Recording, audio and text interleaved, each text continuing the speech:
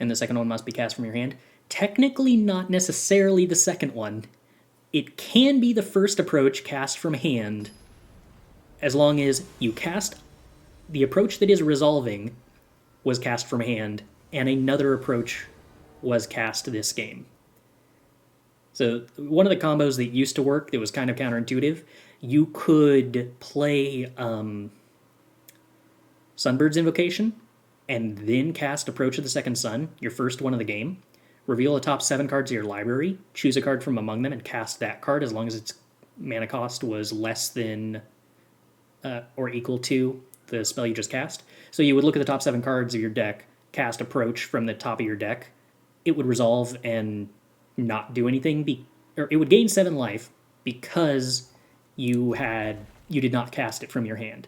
But then the approach that you cast from hand, that was the first approach you cast, would resolve and win the game because it saw, oh yeah, you have cast another approach this game. It was that one that got cast after this, but still good enough. Yes, and the win the game approach is the one that needs to resolve to win the game. What is the best sequencing here? It's probably Stormcarved Coast, because I don't think even if I top deck Valorous Stance, that we're likely to care about having Valorous Stance up.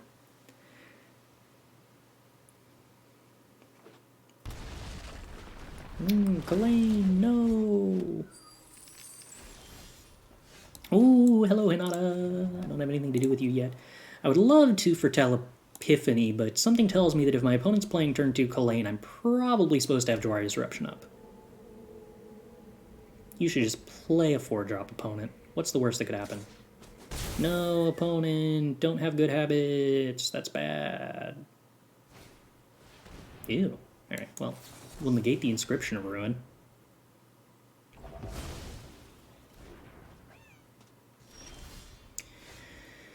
Oh, am I supposed to anticipate my opponent not having a land drop here? I think they would have jammed the 4-drop last turn if they had a... What's the word I'm looking for? If they didn't have a 4th land. So I think they have a 4th land, so I think I just jam Celestus and let them hit me with the 4-drop. Mostly because if they have a 5th land, then Jwari Disruption doesn't counter a 4-drop. Hey, they had a 4th land. You got a 4-drop opponent? I don't care if it's City Stalker, because that just makes me discard Epiphany, which isn't a big deal. Townraiser Tower would be annoying? Oh no, it's just Bloodthirsty Adversary. Cool. Jwari Disruption is not super good against that. Wait, this gets 2... Oh, because of Kalain. Okay. That's why it's big enough to deal with Hinata. Alright, well... I think I get rid of A-Alrund's Epiphany for sure. I think I'm supposed to keep Expressive Iteration, which I think means that I get rid of Jwari Disruption. Do get punched kind of hard by the adversary. Ooh, Magma Opus, that's fun. Alright, well, Magma Opus is pretty good, and it makes me not want to risk Hinata dying.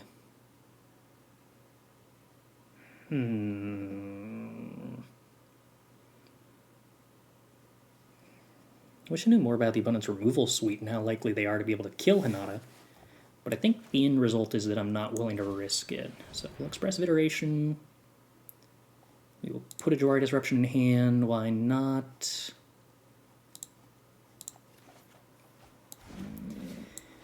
And then we're gonna pass. Next turn, we get to play a Magma Opus and a Hinata, and hopefully that'll be good enough. Hopefully. Land drop. Okay, alright. Nothing means I get to loot away Jwari Disruption. Oh, well, sort of. Alright. Hello, Hinata. I guess I can leave up Celestus here. It's not really gonna hurt.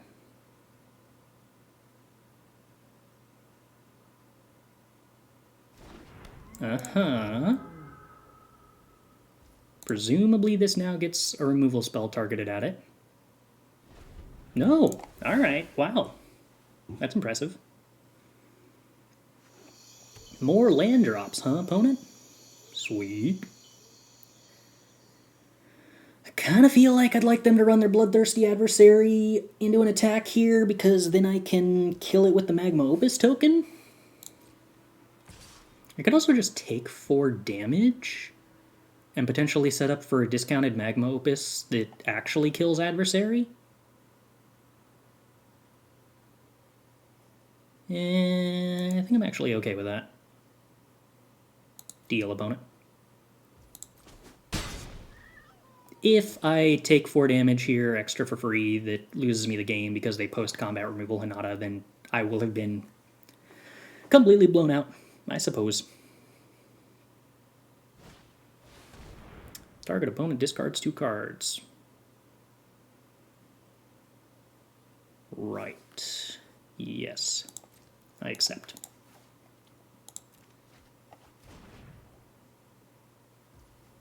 Okay. Go to our turn. Ooh, Thundering Rebuke. I mean, that's pretty good. Alright. Deal? I still have Magma Opus for 5.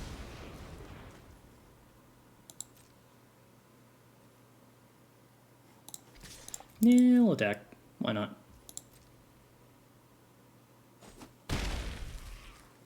Could kill Kalain now so that I actually get the loot and the life gain off Celestus. I don't get to tap anything down. Tapping stuff down stops my opponent from... Oh, no, it doesn't stop my... I don't need to, because Inscription of Ruin actually costs them 6 mana. Oh, wait, no, hold on. Bloodthirsty Adversary, kick, pay 1. Okay, so I do need to tap something down to stop them from going Bloodthirsty Adversary into Inscription of Ruin. Yeah, alright. We're going to give up on gaining 1 life.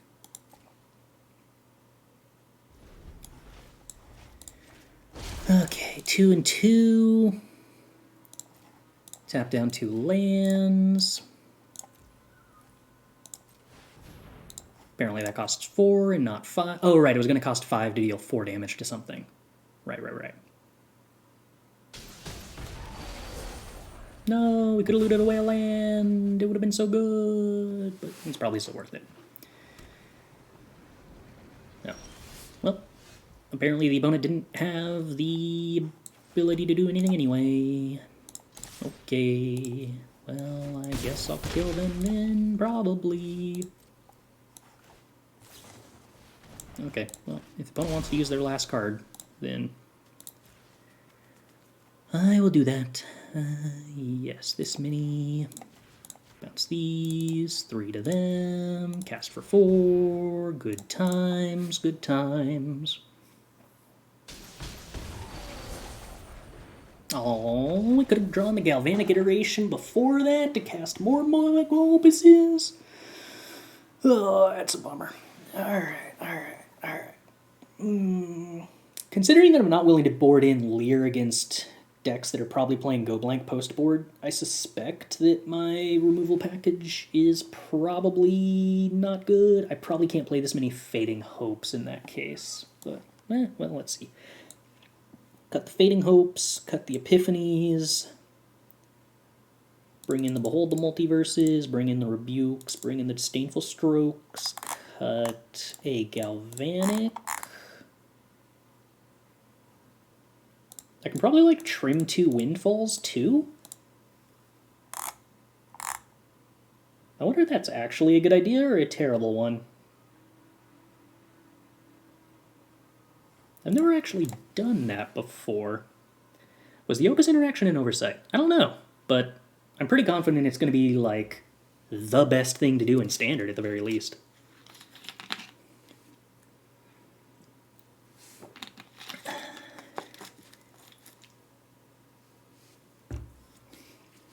I suspect there's no way they missed the Opus interaction. I don't think. It's possible, but I don't think so. It doesn't feel like this is horribly busted. It feels like this is just incredibly busted. if that makes any sense.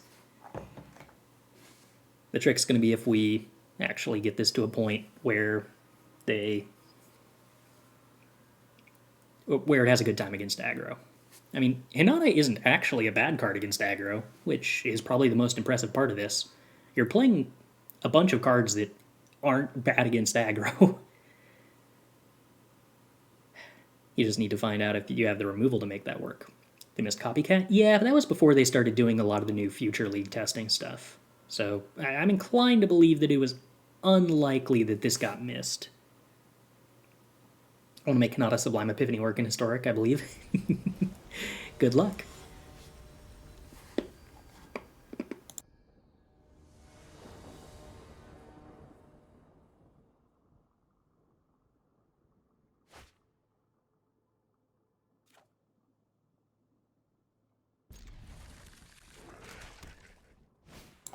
It occurs to me I was probably supposed to cut negates, and that was why I wound up having to cut Unexpected Windfalls.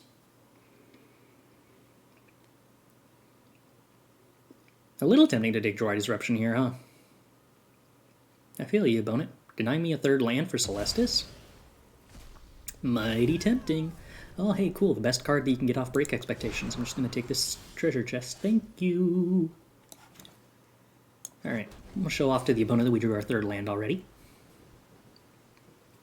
Kind of matters if we end up top decking a red removal spell. I guess we can go double red here. Matters for Galvanic and Unexpected Windfall. Even though we trimmed those, they're still possible cards to draw.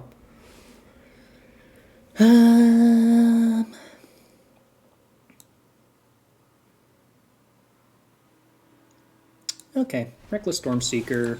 Annoying, but does resolve. Am I supposed to cycle Magma Opus here? I think if I had Disdainful Stroke, I would probably cycle Magma. Well, no, actually, I'm probably supposed to cycle this Magma Opus so that I can play Celestus and hold up either Negate or Valorous Stance. I think that's actually correct. Unfortunately, because I don't like throwing away cards.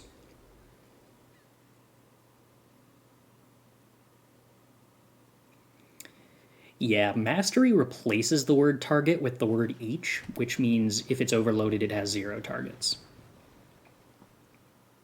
Regrettably. Rahilda? Yeah. That's not good.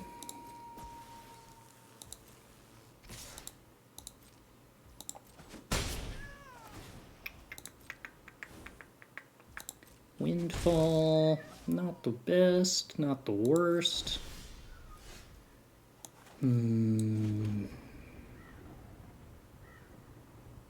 Amusingly, I almost wanted to flip tonight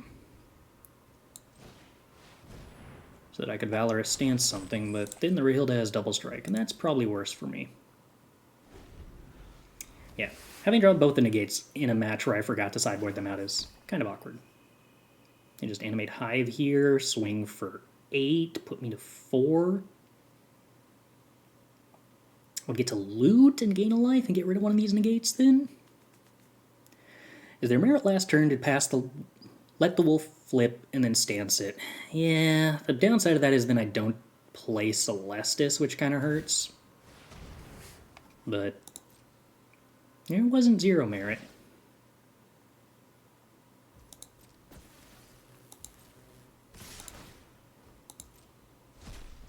No, my Magma Opus. Alright, well, I would have liked to have drawn that Magma Opus probably, but at least the opponent's not casting that anytime soon. Alright, well, we get to Valorous Stance, the Stormcharged Slasher. And we get to flip it back today. Really tempting. I kind of want that Disdainful Stroke, but I need this Magma Opus quite a lot. I think that's the only real way we're stabilizing here. Alright, and now we Valorous Stance to flip it back today. We can cast the Magma Opus next turn as long as we don't die. Hopefully we find something cool that helps us not die. Hinata, okay. Not necessarily, but alright. Costs 4 to activate.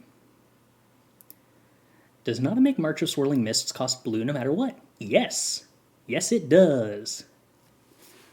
Yeah, I don't know if that's good, although it is a cool protection spell for Hinata. But that interaction does almost seem strong enough to be worth something, right? It means you can play Hinata and, like, fog an entire turn and protect the Hinata, which is, like, a pretty strong thing to do on 5 mana. Alright, we go to 1 and hope the opponent doesn't burn spell our face. I guess we have a negate for that. Be annoying if they burn spelled our face on... Jeez, opponent! So many Magma Opus!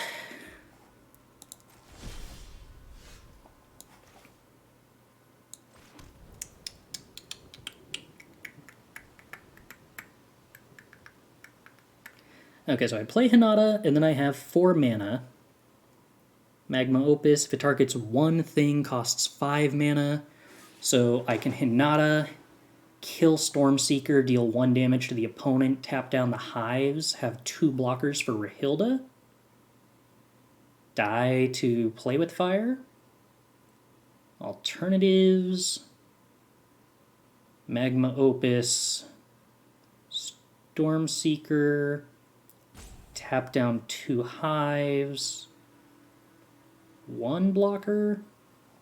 It doesn't seem great. Hinata just seems kind of strictly better.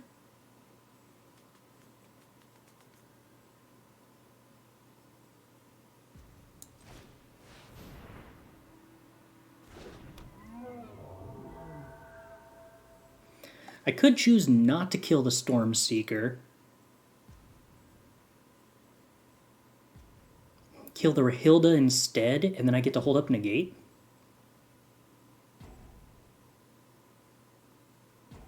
Not killing the Stormseeker seems sketchy.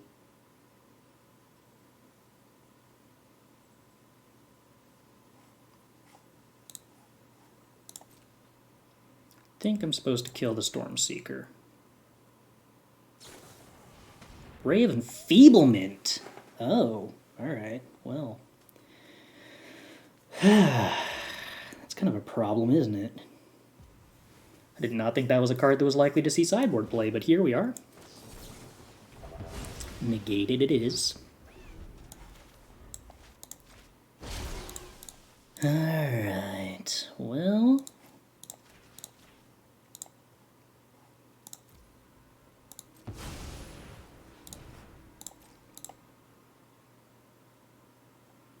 Hives be tapped.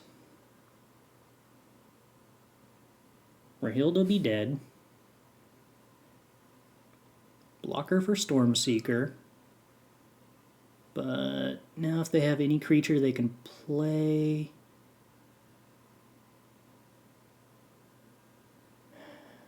I guess if they have a removal spell for Hinata...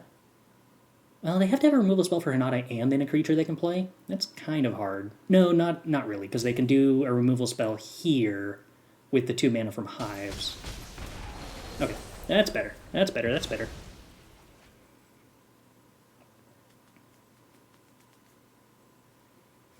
How much damage do we take? Lose 3 life off of a 1, huh? Yeah, that begins to look a little scarier. But we could gain 3 life. I forgot I could do that. Ooh. Gambly.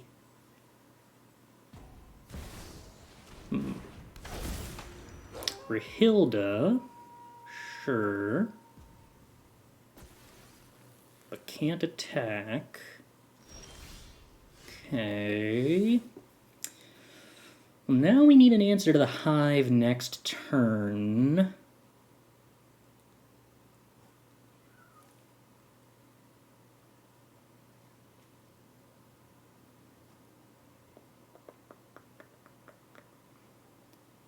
I don't want to let it flip tonight.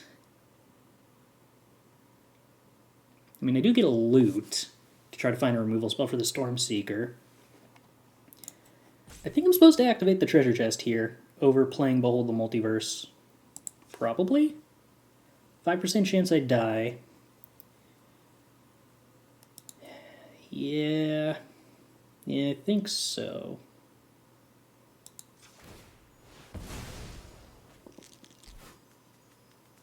Well, net mana.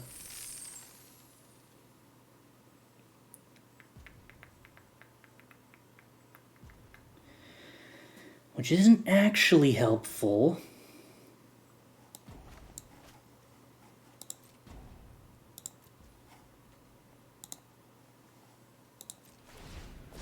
I think I gotta let it flip tonight.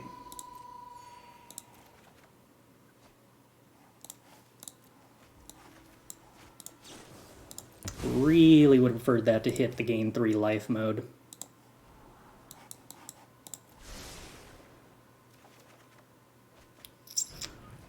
Well.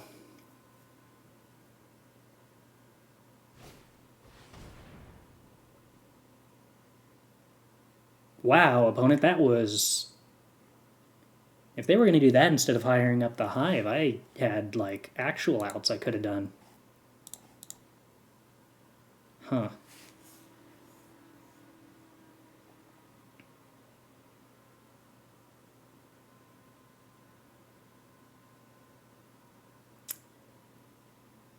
This is so... Yeah, this like loses to any interaction at all. Spiked Pit Trap, I'm a little bit short on mana to do.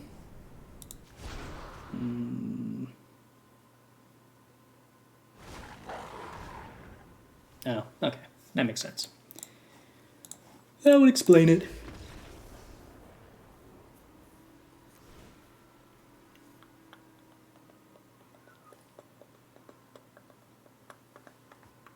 Seismic Wave. I wonder what to think of that. Definitely don't think I want Negate. Oh, although, the fact that Ray of Enfeeblement kills Hinata through Valorous Stance is pretty annoying. Maybe that does mean I'm actually supposed to keep the Negates and just try not to draw them? And play the Seismic Waves instead of the Unexpected Windfalls? Alright, I think I like that better.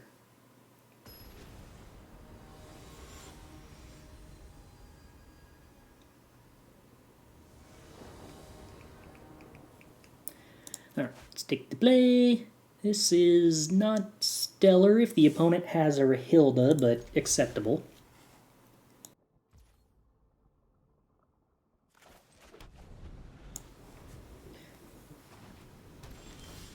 This is better if the opponent has a Rahilda now. Alright. I would love to abrade something, opponent. I mean, not like... I don't need to abrade something, but it'd be nice. Alright. Kill the Rahilda, play Celestus is the plan.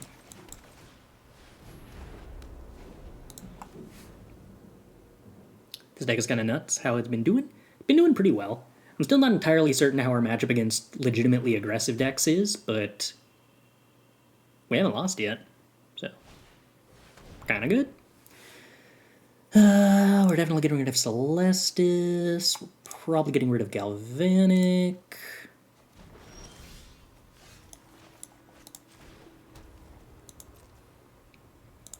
Looting away Hengegate. Trying to find card advantage, ideally. Hoping the opponent doesn't play 4 toughness stuff. This is where we really want to find Behold the Multiverse. Okay. Well then, we're gonna pop the opponent for 2. Yeah, this is why we want to find Behold the Multiverse. Thundering Rebuke isn't helpful. Yeah, on the play, double Mind Rot. Hard to beat that without Behold. So hopefully we find Behold.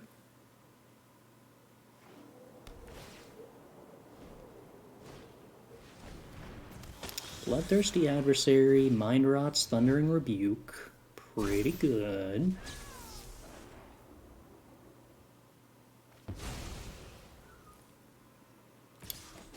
Sad that isn't an Abrade, I suppose. Land and gone. Alright, Expressive Iteration. Card advantage! Alright, Magma Opus. Why not? Land drop. If the opponent hits us with another hand hate spell, we at least get to cycle Magma Opus. So we're hoping they don't have Bloodthirsty Adversary. That'd be the thing that gets rid of Magma Opus and puts a lot of power on the board.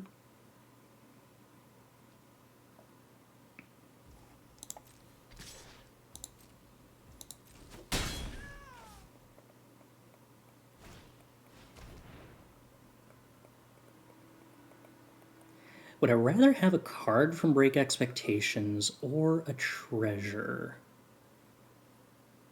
Well, considering I can loot the treasure away with Celestus. Or I can loot the card away with Celestus, rather. I think that's what we take. Spike Pit Trap is a removal spell of sorts.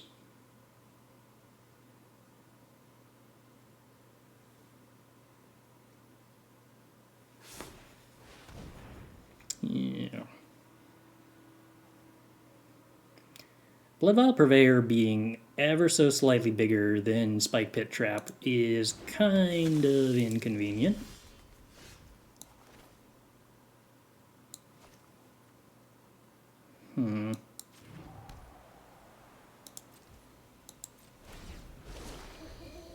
Alright, well, we do some looting. We get rid of all the Storm Giants. Take 8 here.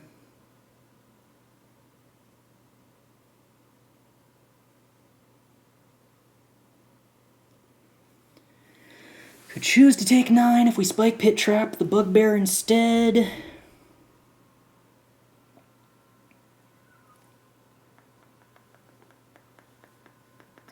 Yeah, the general correct play against decks like this that play a ton of hand hate is to just put as many cards into your deck as possible that are super powerful win the game top decks.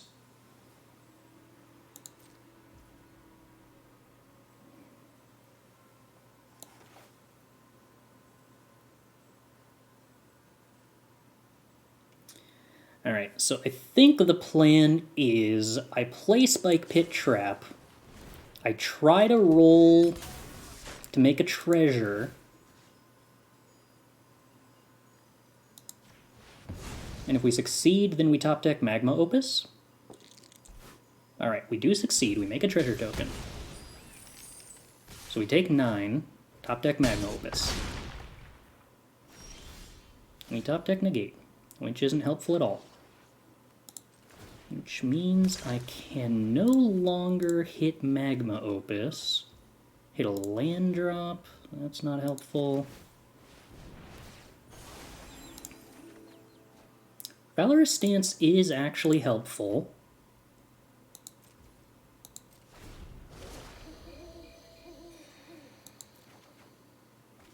Oh, putting Magma Opus into the yard hurts. I suppose I could choose not to. Take 8. I don't really have an acceptable answer to the Bloodvial Purveyor if I choose that. Painful, painful, painful. We do get a blood token off the Bloodvial Purveyor at least. That's helpful. Unfortunately, the opponent has not been drawing lands at all, which means that they've been drawing gas. And that's a problem.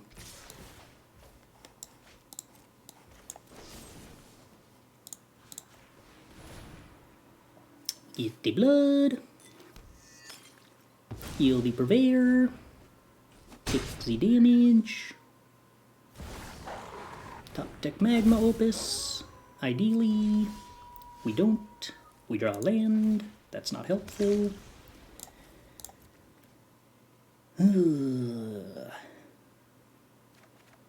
Hinata. Okay. trades with Rahilda, make stuff more expensive. I don't think I'm actually willing to go for that, though, because of the likelihood that the opponent has a Ray of Enfeeblement in hand after all this time. Especially with them not having done anything else here.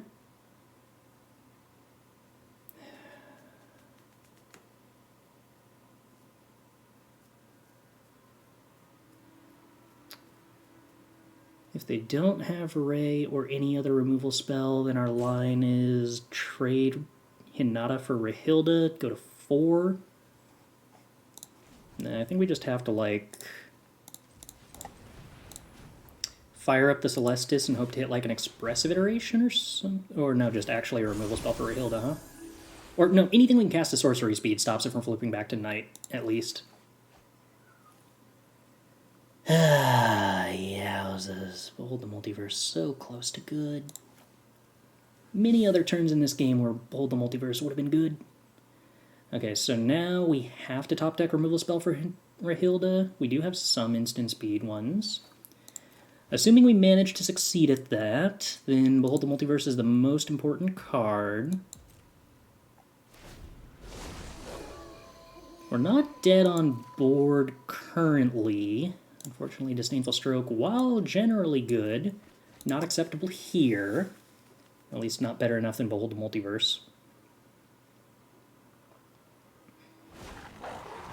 Yeah, alright. Well, Stormseeker lethal. I guess the deck is actually capable of losing after all. But yeah, that's a matchup that comes down to card advantage. Expressive Iteration and Behold the Multiverse is kind of determine who wins, more or less.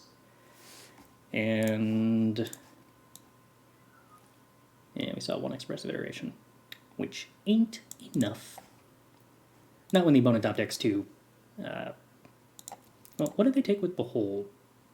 Or with...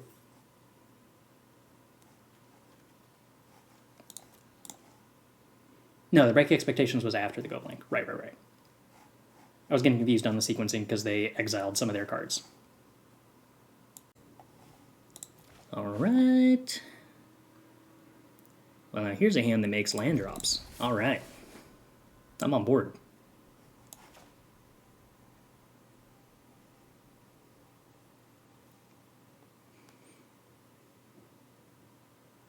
I mean, if the opponent does anything, I'm kind of in trouble, but I can just hope they don't do anything. Ooh, Snow-Covered Swamp. That sounds like a thing that doesn't do anything. Seismic Wave, not the favorite board wipe? Well, I suppose it kind of depends on what we're playing against, right? I'm interested in trying it out at the very least. Yeah, Celestus seems kind of useful here.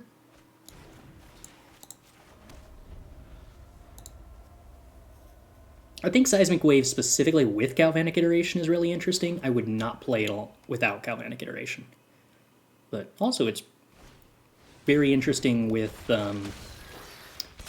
Hinata, specifically because it costs 1 mana if you have Hinata in play, which goes a long way towards stabilizing an awkward position.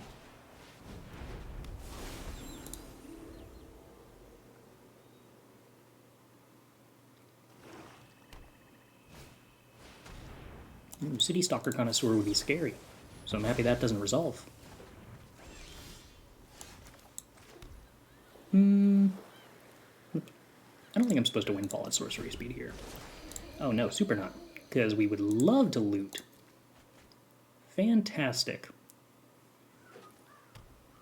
Shambling Ghast, very well.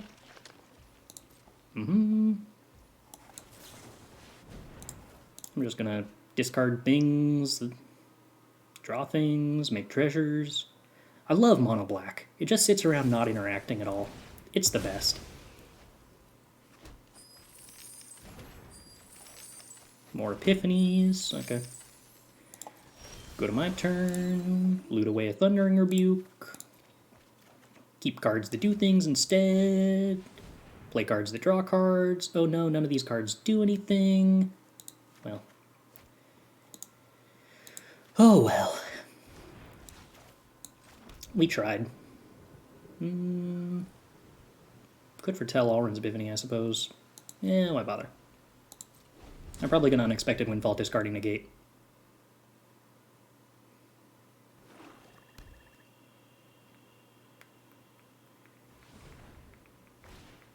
Lolth. Do we care? I mean, I could negate, but I could also just not negate.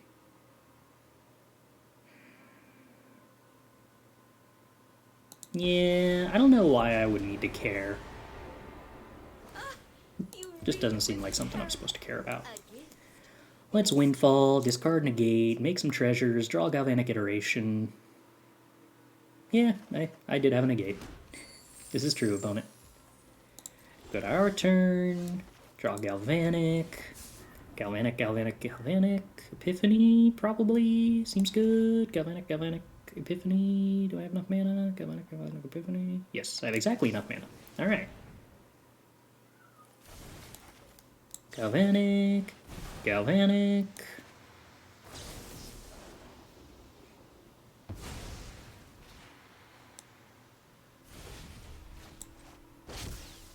Epiphany.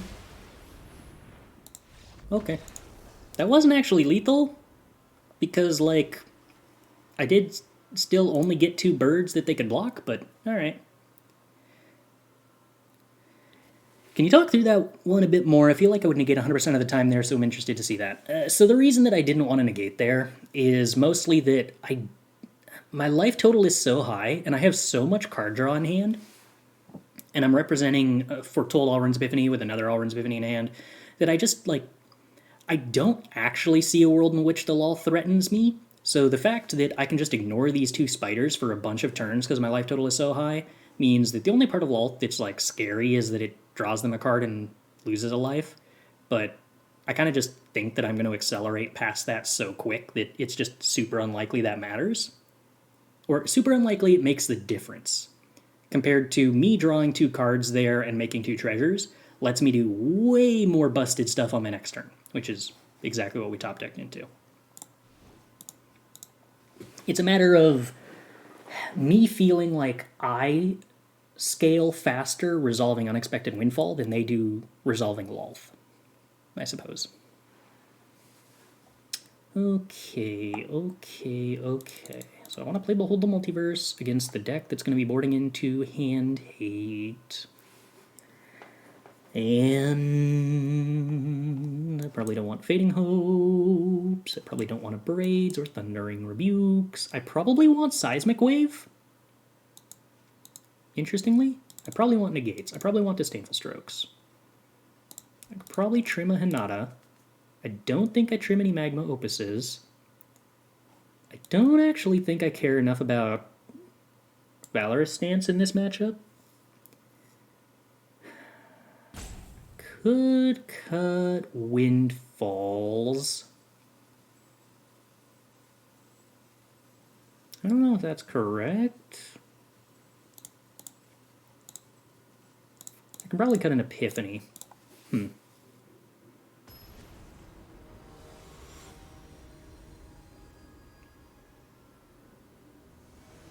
Trim Galvanic. I don't want to trim Galvanic in this matchup, and even though it's similar to the red-black matchups, it's a matchup where our opponent's probably boarding into Go Blank. The difference here is that red-black actually includes a clock, and mono-black, like, doesn't. So I'm not as worried about finding room for removal spells in this matchup, and I expect that the matchup is going to go longer. So I'm a lot less likely to die with Galvanics in hand that I couldn't use, and I'm a lot more likely to be able to use every Galvanic that I draw. I don't know if I should have played a land that would let me play an Expressive Iteration off the top, or if I should just plan to Behold the Multiverse, foretell again, even if I do. But luckily, not really punished either way.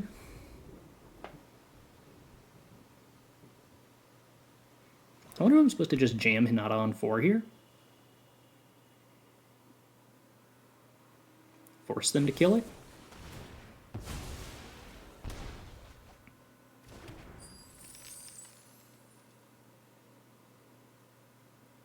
If they kill it, okay. If they don't kill it, sweet. Sanguine Brushstroke. Yeah, that feels like that makes me just play Hinata then.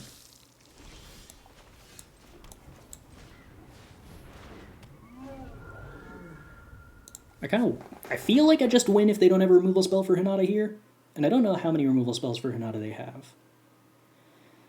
Oh, they're probably playing that new 3-mana Exile Hero's Downfall, because Sanguine Brushstroke turns it on its own. Nope, just Sculptor Merchant. Okay, well, do I win then? Yeah, I kind of feel like I just win then.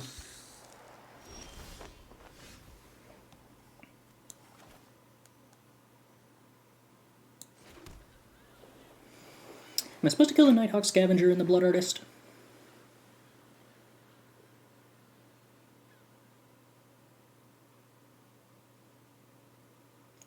If I choose to do that, they keep a Blood Artist in play. I have to spend 4 mana. I'm probably supposed to kill the Nighthawk Scavenger, yeah. Ooh. I'm probably supposed to do that before they untap because of the Skullport Merchant, huh?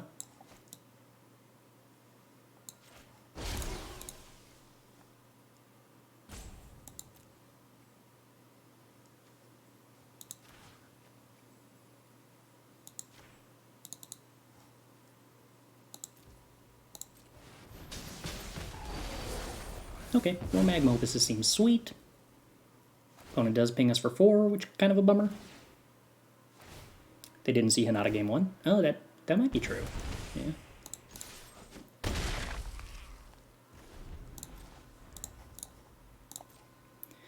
Alrighty, opponent. It's too bad Behold the Multiverse doesn't say target player draws 2.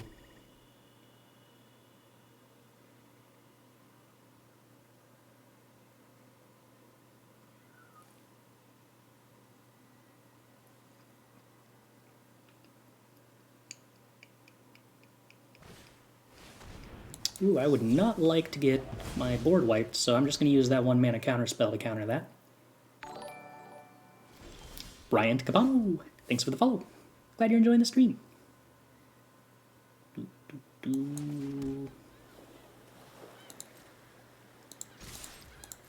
do you feel about the... Okay, sweet!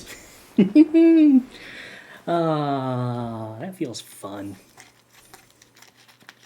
I enjoyed that. It's so polite of the mono black decks to just sit there and not do anything.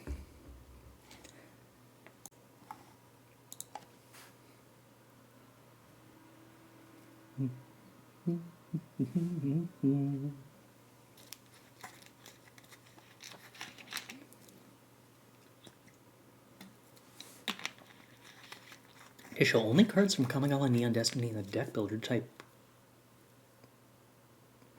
That's a lot of dash. Goodness, that's some interesting syntax that they're going real hard on. Been working on Boros modified aggro. Boros. Oh, right, because you still have totally unnerfed Luminarch Aspirant and Showdown of the Skulls? Yeah, that seems like excellent, huh?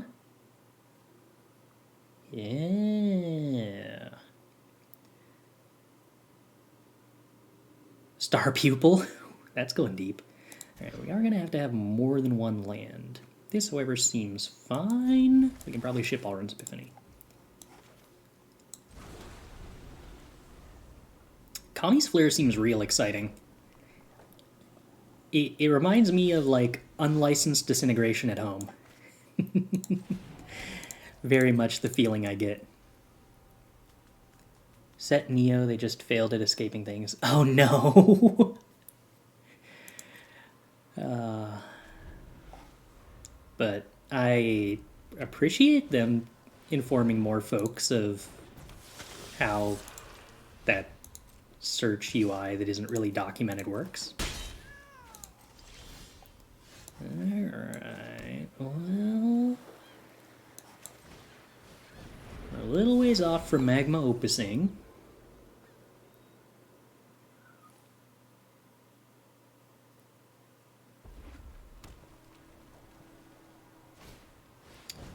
Yeah, Stormseeker's scary. Opponent on those aggro plans, and me without my super effective board wipes.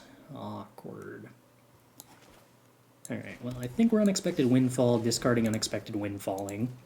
And hoping to Magma Opus some stuff next turn. 4, 3, 4. It's real tempting to Thunderous Rebuke a Stormseeker here, but then we don't actually have Opus next turn. Maybe that's okay? Are we fine not having Opus next turn?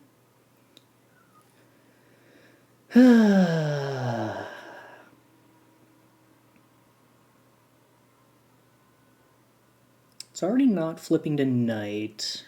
Taking 5 damage. I think I would prefer to have Opus next turn, being honest. Best case scenario, we top deck Hinata. Then we play Hinata as a blocker, Thunderous Rebuke a Stormseeker, and have Magma Opus up.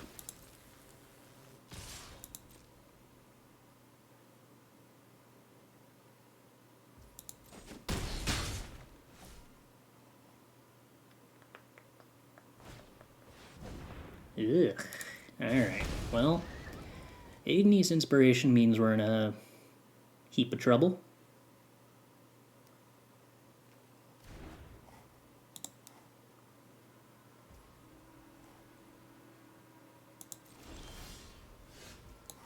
Galvanic. Now I don't really want to let it flip tonight, but I could choose to Opus the Stormseeker and then tap down some other stuff they wind up playing.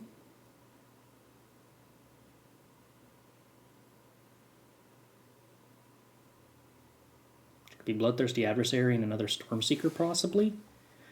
The alternatives, if we sorcery speed it, kill Stormseeker, I don't get to tap anything down. Yeah, that seems less than acceptable.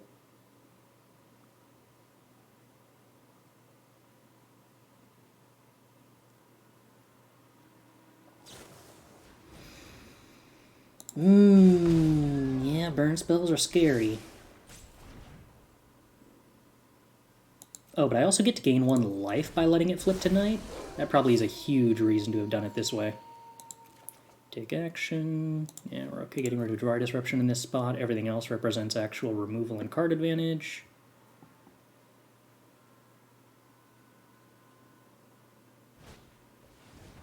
Kumano faces Kakazan.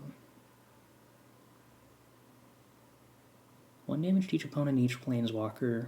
Cast your next spell. Enters with a +1/+1 counter on it. Exile it, and then return it as a 2/2. That seems real good. Wow, and the 2/2 has haste. Alright, yeah, that's a good card.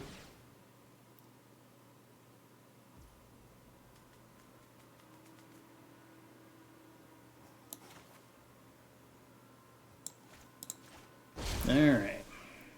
4 damage to this. Tap this, tap this. Hope that's steady.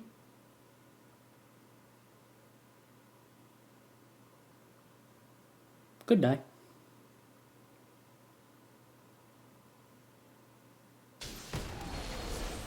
Adversary on Kami's Flare makes it trigger because it gets a counter.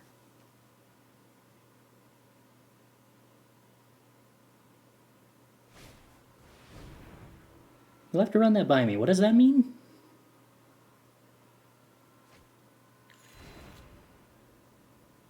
Oh, okay. Kami's Flare, right. My brain was thinking Kumano still. Yes. Kami's Flare cares about modified creatures, and Bloodthirsty Adversary gets the +1/+1 counter. Yes, absolutely. Alright, I think we get rid of the land here and try to hold up Jwari Disruption. And then we Thundering Rebuke the Bloodthirsty Adversary and hold up Negate.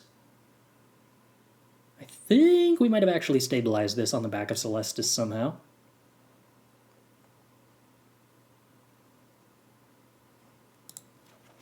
Might as well take Fading Hope, even if we're probably going to want to loot it away for the most part.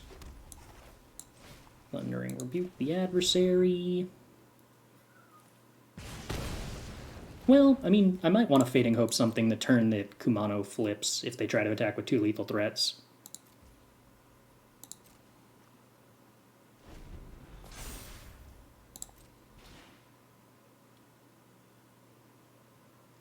My brain was trying to say, like, wait, do you mean that the second mode of Kumano triggers that Bloodthirsty Adversary gets to cast a card for free? There's no way that's how that works, right? Bloodthirsty Adversary, sure.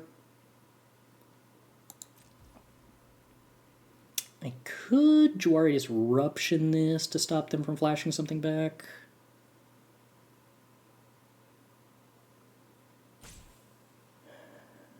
If I Fading Hope that before the trigger resolves, I don't think that stops anything here.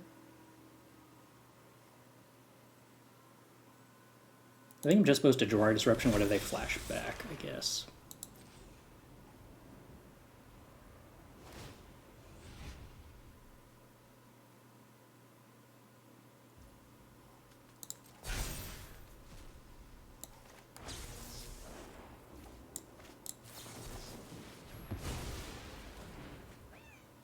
Okay. You want to trade these?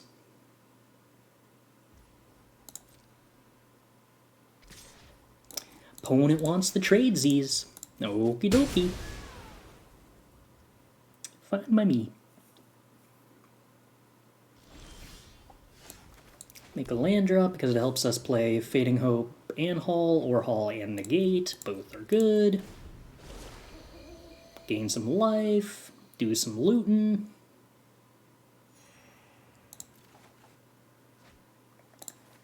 Alright, Expressive Iteration is fine. Kumano turns into a 2/2. We have Haul to block that. That's a cool animation. I dig that transformy saga thing.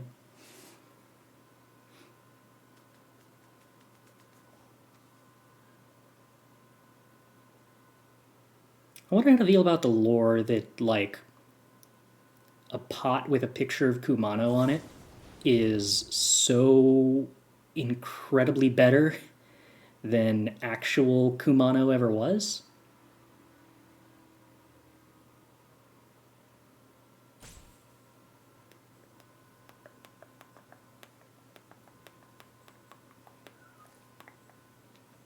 You can just play a turn 1 Kumano into a turn 2 not a creature, like either more Kumanos or a burn spell or something. I'm debating, do I want to negate this Electrostatic Blast and then just go to 3? Probably not. I think I'm supposed to let the Electrostatic Blast resolve, which kind of bites. Well, maybe not. I don't know.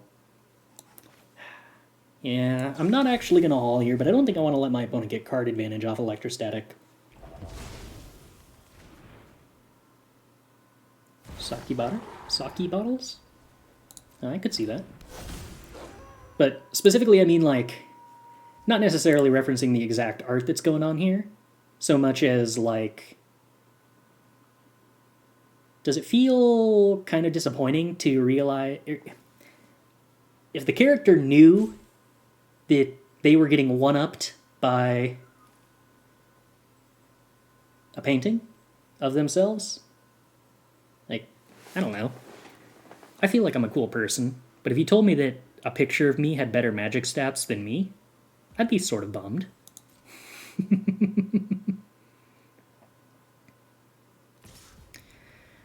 A little nervous about going to 3 here. I'm also not a super big fan of re-giving them etchings, though.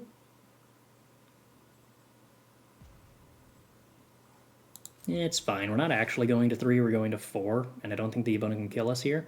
So I'm just going to Fading Hope the Rahilda.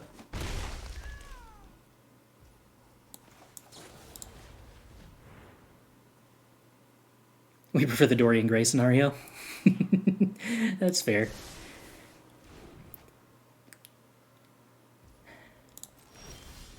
I would not mind if my picture was the one that took all the unpleasantness away from me.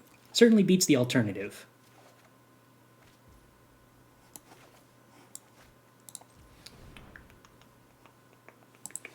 I could just not cast Expressive Iteration here.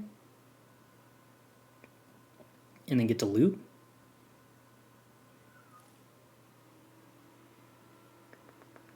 I do like looting. I do like looting a lot. Alright, let's just loot away this land. I want card advantage. And I want life. I will take card advantage in life. Ooh, opponent's got 2 damage burn spell to face. That's pretty bad for me. Okay, they do not have 2 damage burn spell to my face. That's better for me. Land gone. Chandra. That's inconvenient. That's a lot of damage per turn. Alright, Chandra resolves. Chandra puts me to 4. Opponent makes a mana. Opponent plays a Rahilda. Opponent attacks with etchings. Okay. I'm going to go ahead and block that then.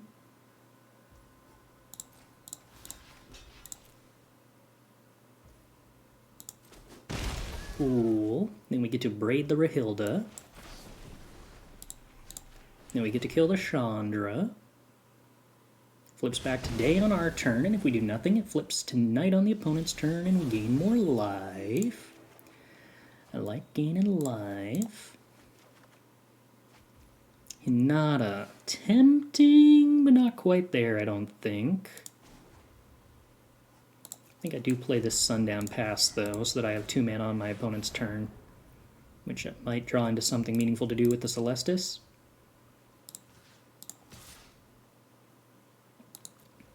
Oh, wait. This just kills me if they have... No. I go to 6. So I don't just straight up die to a Stormseeker.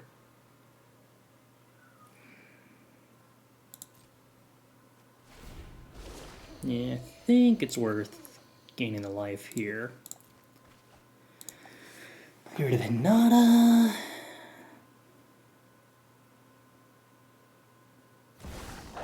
Rahilda. Okay, well, I died a Stormseeker now. Sweet! No Stormseeker. Excellent. Alright, let's start with Expressive Iteration.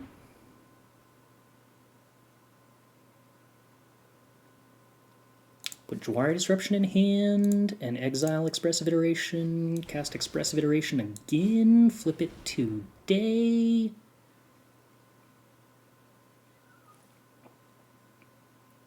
Huh, more Hinatas. I mean, probably correct to just take more in case they end up removing it somehow. Well, that also taxes like all of their burn spells, which is kind of nice. And at some point I could loot away the other one, if needs be. Ooh, more Expressive Iterations. Cool. Jwari Disruption plus Hinata is such a gross good combo. Their spells cost more and your Jwari Disruptions cost less. It's the best of every world. It's like a Super Force spike.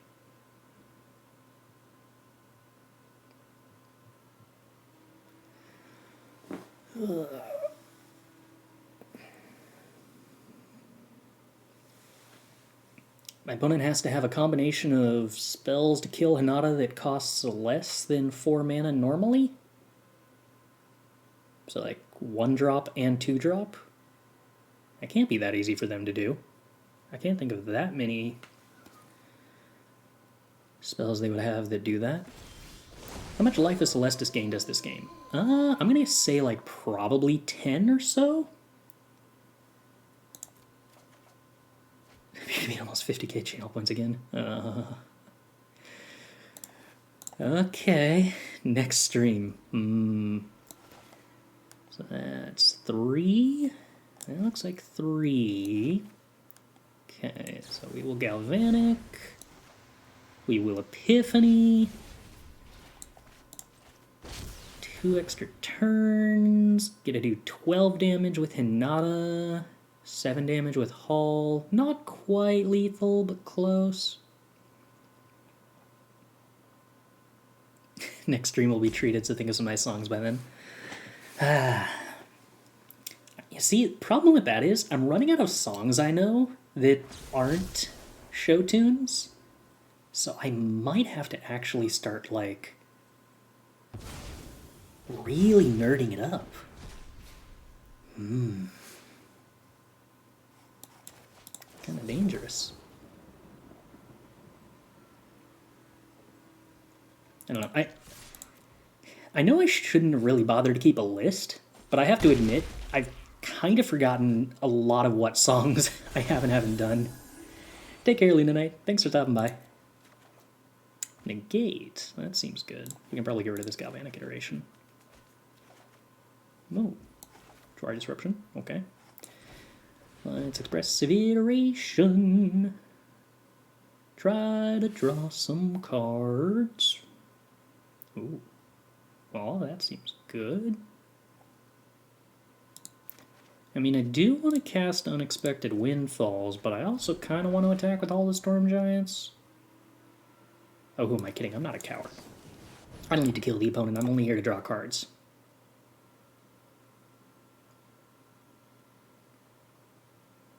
We'll find some other way to win the game.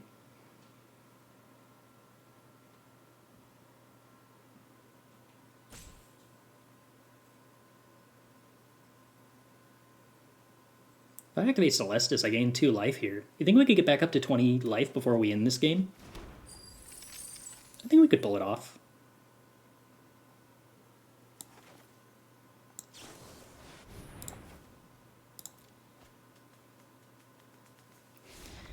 No! We failed. Disappointing.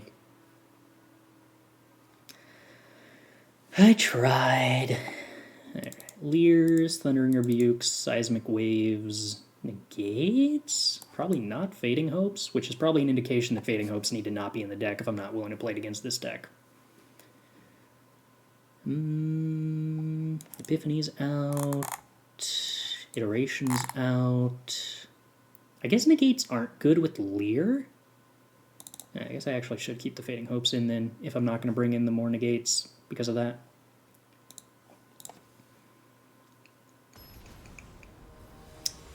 Still uncertain whether Valorous Stance is actually correct to be playing or not.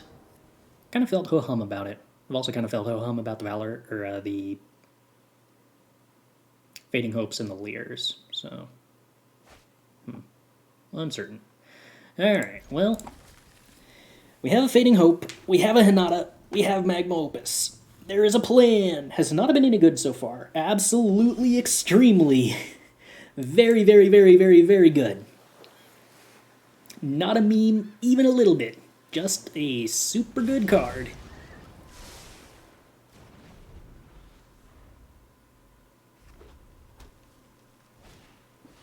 Bloodthirsty Adversary. Not the favorite. Probably supposed to Thundering Rebuke that.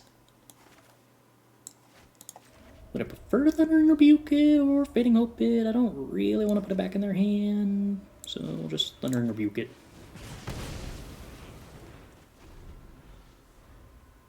Just remove 2 Epiphanies and you can play Standard? Yeah, I think this deck transfers over to Standard extremely well.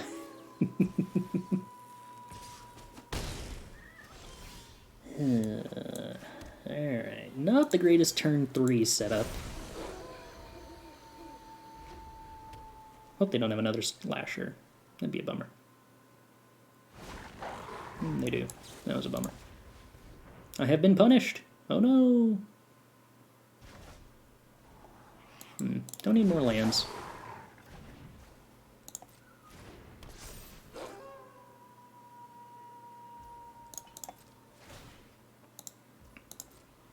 We're not foretelling the A-Alrunds often. At that point, Alchemist's Gambit is the same thing. I suppose that's not actually wrong.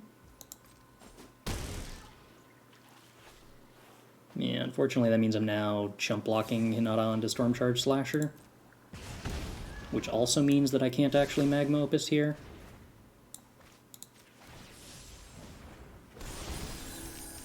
Oh, or the opponent turned it back to day with their timing on play with fire. Whoops. Well, that probably means that I wasn't supposed to cycle Magma Opus, but... Well, I guess I get to Leer. And then have Thundering Rebuke up on a Reckless Stormseeker. That's not as bad as it could be, but I am going to 3, and that's probably still pretty bad. Oh, but also my Hinata isn't dying. Oh, it is. I'm just... Ooh, opponent, are you sure you don't want to attack with Stormseeker there? I feel like you should probably attack with Stormseeker here. Alright. Wow, I'm not taking any damage? That's not where I expected this to go. Oh, why did I think I could Thunderous Rebuke here? I can't. But I can... Fading Hope... A Stormseeker, at least? No need for lands. Yeah, Alchemy A-Lier is not exciting, huh?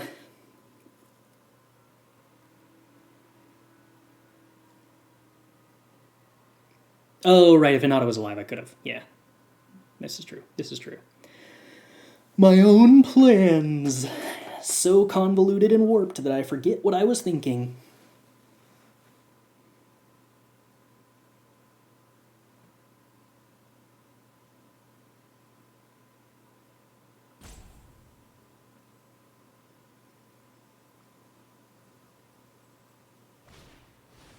Chandra dressed to kill, huh? Can Thunderous Rebuke hit Planeswalkers? It'd be cool if it could. Oh, it can! Wow! Alright, Magic the Gathering! My cards do things! Nice! Ooh, Seismic Wave, not bad. Alright, let's go ahead and kill that Chandra. And play this land. And hold up Seismic Wave. Which, incidentally, does kill Stormseeker. That's cool.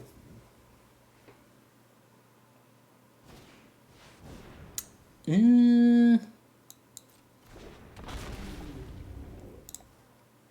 mean, I guess I can double Seismic Wave that Town Razor Tyrant. Not excited by it, but I can.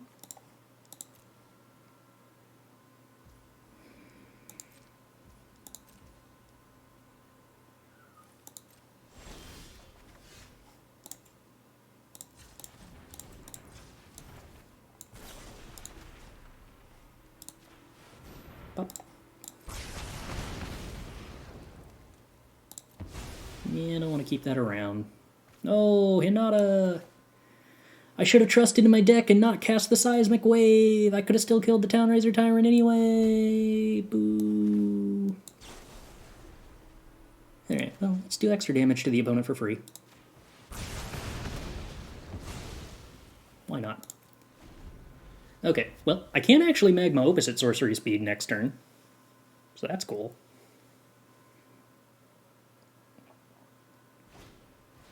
Bloodthirsty Adversary.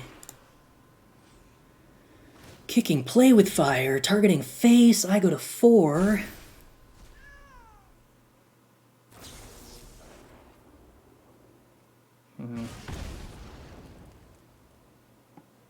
Okay, opponent keeps a card on top, don't love it.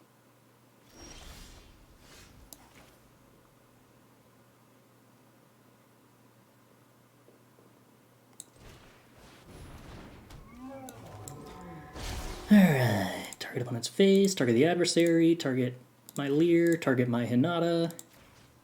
Tap down these 2 things. 1 damage to everything. Did not draw an untapped land to hold up the Jwari Disruption. Kinda sucks. We'll make our land drop. No attacks. Alright, chillin' at 4. What'd you put on top, opponent?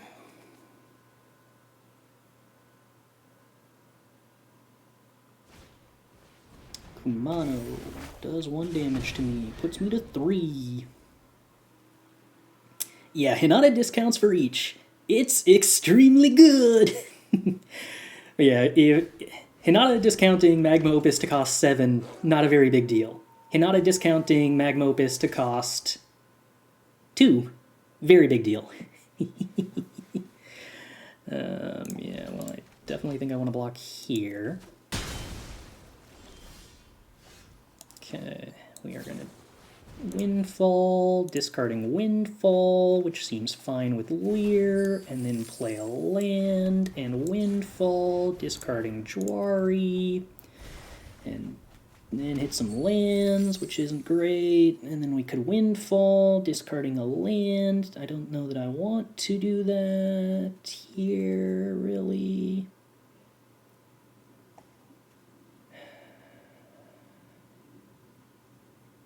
So I can go to 1 here if they animate Den. No, because they can't actually Reckless Stormseeker the token. They have to choose the Reckless Stormseeker before the token enters play. So I can go to 2 with Negate backup. That's probably fine. Yeah, definitely cast some spells, so it's not going to be Night. Next turn when the Kumano flips is going to be kind of annoying, though. No, Negate with Leer is a good point. This still has downside, despite the fact that they decided to nerf it into the ground, which really is quite rude of them. I guess that actually gives me an incentive to trade off the Leer.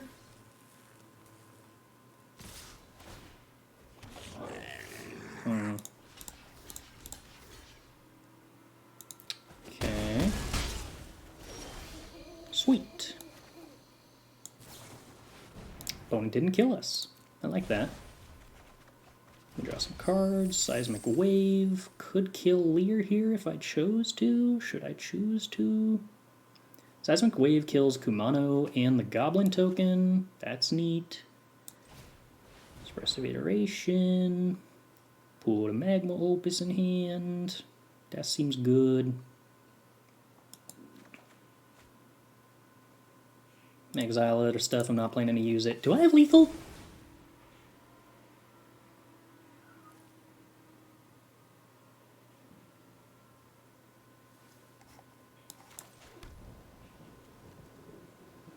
Four damage, 7 damage. Magma Opus costs 5. 1, 2. 4 damage, 7 damage, needs 6 more. And then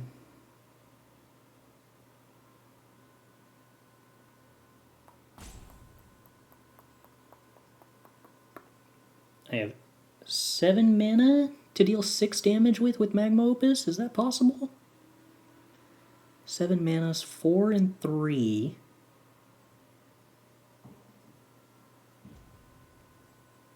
For 4 mana, I get to Magma Opus, targeting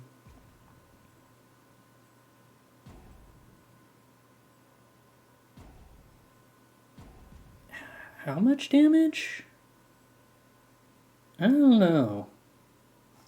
I don't think it's enough.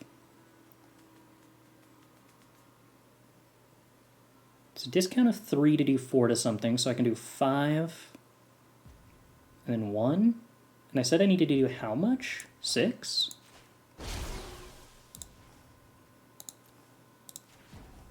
I don't know.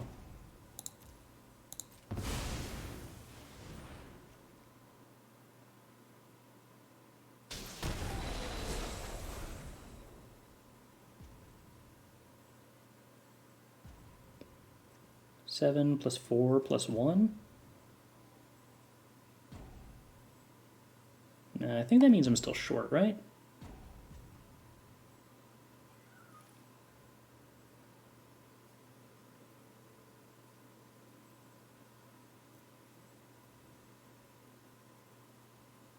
Yeah, which means I definitely wasn't supposed to cast Magma Opus, because I might need it to kill the Leer. 7, 4...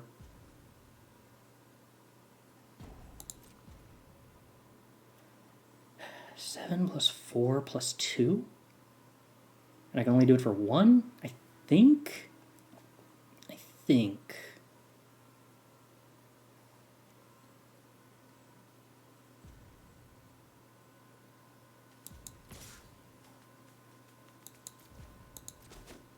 Yeah, might have lost this because of that. Giving the opponent a top deck a burn spell that I didn't need to give them.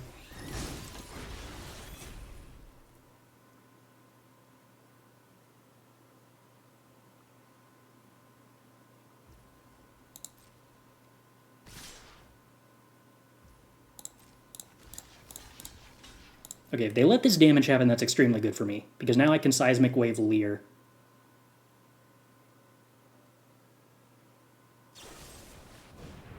Okay, cool. That's fine.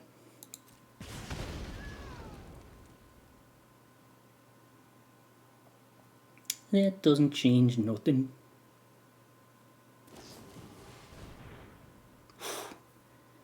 Okay, so Spike Field could have put me to 1. Spooky, but okay. Seismic does get discounted, I believe. Because it should be that I do 2 damage to their face. Oh, no, it doesn't get discounted to 1 if I target the face with both. I see what you mean. Okay, so if I was to Seismic their face, then Seismic costs 2, because I'm choosing the same target with each mode, and that only counts as 1 target for the purposes of Hinata's discount. Okay, so there was no way I ever had lethal there, even if I had 1 more mana. The 1 damage ping can only hit creatures. So the 1 damage ping only hits creatures, but it targets the opponent. So if I do 2 damage to the opponent with the first part of the Seismic Wave, and then choose them for the 1 damage to each creature, then it costs 2. So essentially, yeah, there's no way I can choose targets that ever do 2 damage to the opponent and make Seismic cost 1. I can do 2 damage to a creature and target the opponent to have all their creatures take 1. But in that case, I'm not doing 2 to my opponent.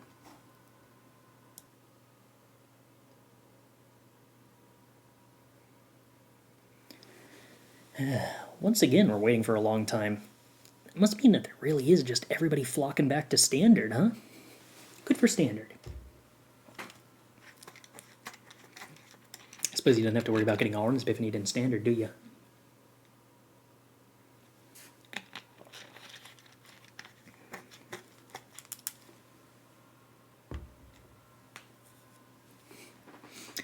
What format do I enjoy the most? I don't think that there's like a specific format that I enjoy more than any others. Mostly, the longer the games in a format go on average in terms of turn length, or, well, number of turns, the more I like that format. It tends to just be the style of gameplay that I personally get more joy out of, I think. Or rather, those games tend to be the games that have the kind of decision-making that are what I enjoy most about Magic, personally. Alright, so we're going to have our turn 4 Hinata, although decent chance the opponent's going to have a lot of removal. Maybe I just don't go for turn 4 Hinata and try to have turn 5 Hinata with Negate backup instead? Then why do you keep building decks that win the game? I try not to. It's not my fault. If the opponents would just stick around without me, like, winning the game longer. But so many of them seem to just concede when they get unwinnably far behind.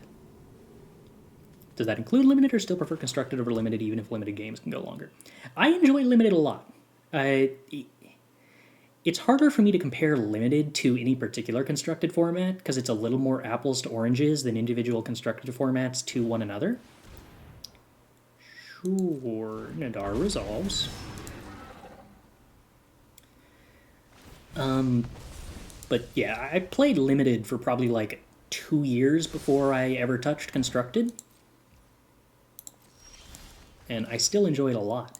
I don't get a ton of opportunities to play limited because I try to generally play a format that's whatever the next upcoming big event is.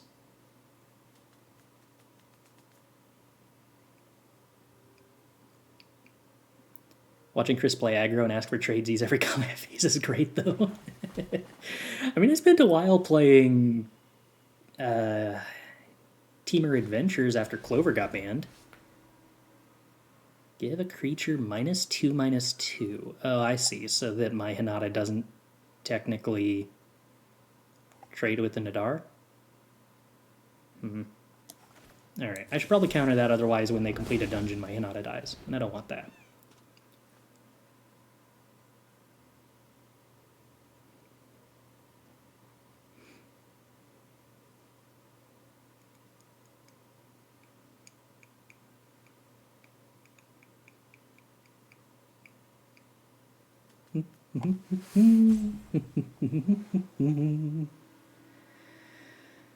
Oh, opponent, nothing?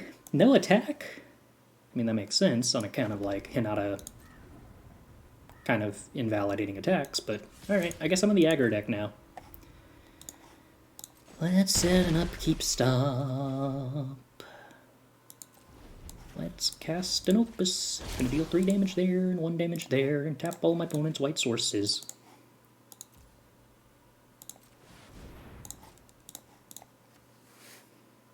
Why does it not have trample? I don't know. Got hooves. Kind of makes sense that anything with hooves has trample, right? Retrieve socks. Did I let him out earlier? I might have. Pokemon TCG 98. Oh, wait. I did switch the category, right? And the stream title? I didn't accidentally leave it on the 98 TCG, did I? I don't think so. Oh, hey, let's counter that. It's magic. Yeah. Sometimes like, if you're looking at a link from Twitter or something, it'll still say a previous day's stream title because it'll be cached, which might be what it is. Well, I'm actually kind of out of resources, so hopefully we just kill the opponent. I probably should have not Jwari Disrupted the Graveyard Trespasser, so that I could actually Jwari Disruption a board wipe here, considering my opponent's showing Snowlands. That's the most likely thing that would happen this turn that wins the game for them. Cloister Gargoyle? Okay, I don't think I'm scared of that. How many dungeons? 1 dungeon? Really? Just the one? Oh, I could have sworn they... Oh, right, no, I just countered everything. Forgot about that. Alright, more dungeoning.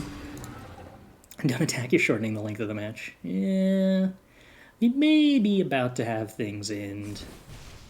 Oh no, my creature gets smaller. Now I can't win the game.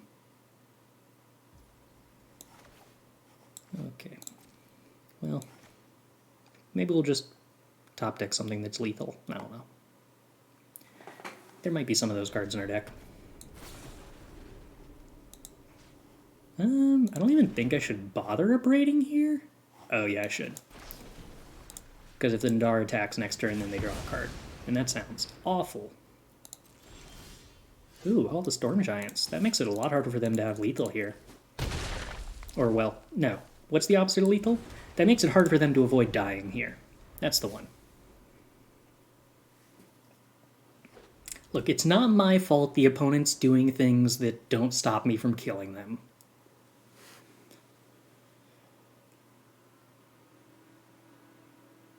We could both be cooperating to keep this game going longer. I should probably bounce Hinata.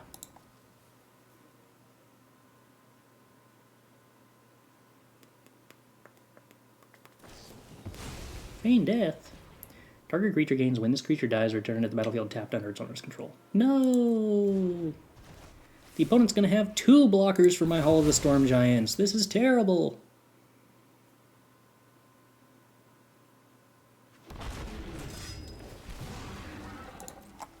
Wait, where?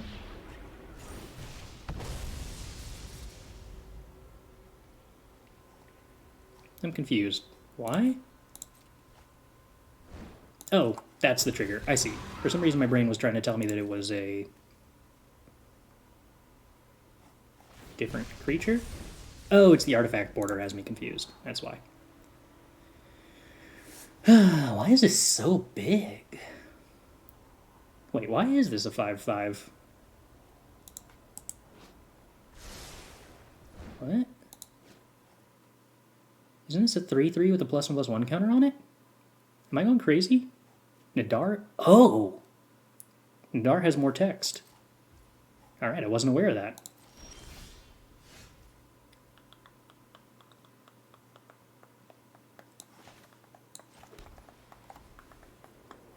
Well, in that case, I'm probably just attacking with all the Storm Giants and seeing how long it takes the opponent to die. Kind of boring, but here we are.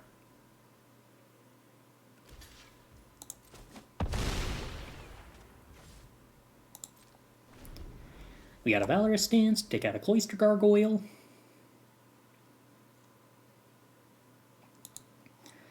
It's too bad Hall of the Storm Giants doesn't target itself.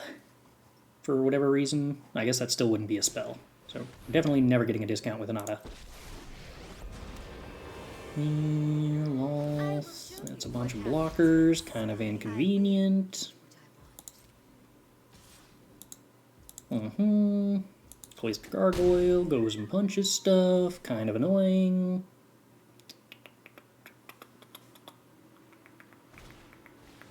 No! Opponent gaining life. That stops Hinata from being lethal. Opponent, you're doing such an excellent job of extending this game.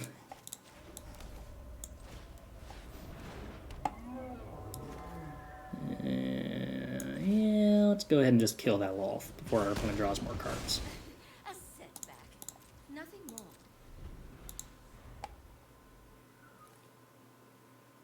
Why are they playing Dawnbringer? I don't know. But it did gain them enough life that they're not dead to Hinata. I guess they could have double blocked with spider tokens. Well, I guess maybe I wouldn't have Thundering Rebuked the Lolth?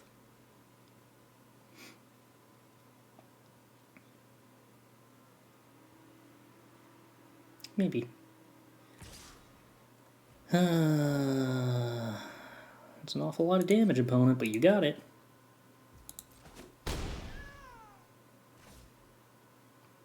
Let's just top deck Magma Opus. That's the name. Galvanic Iteration. Now that doesn't work. I don't think.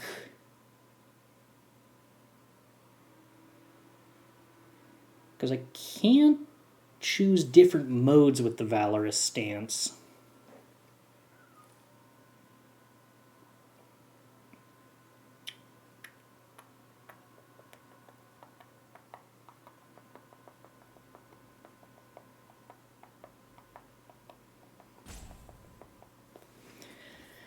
Alright, well, I guess I just have to dirtle here, which is to say, haul the Storm Giants and attack.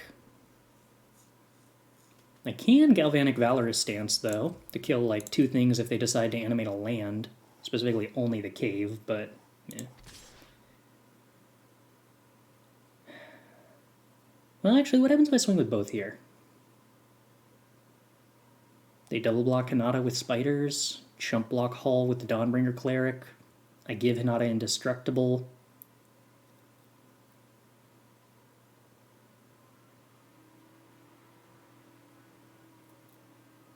They have 4 snow sources, so if they blood on the snow, they only get back an Adar.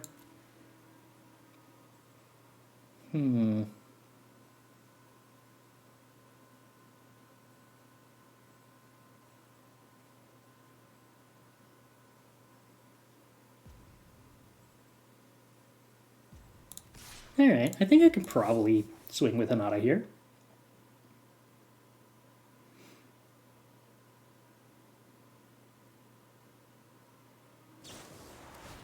Vanishing Verse. Well, that's extremely inconvenient.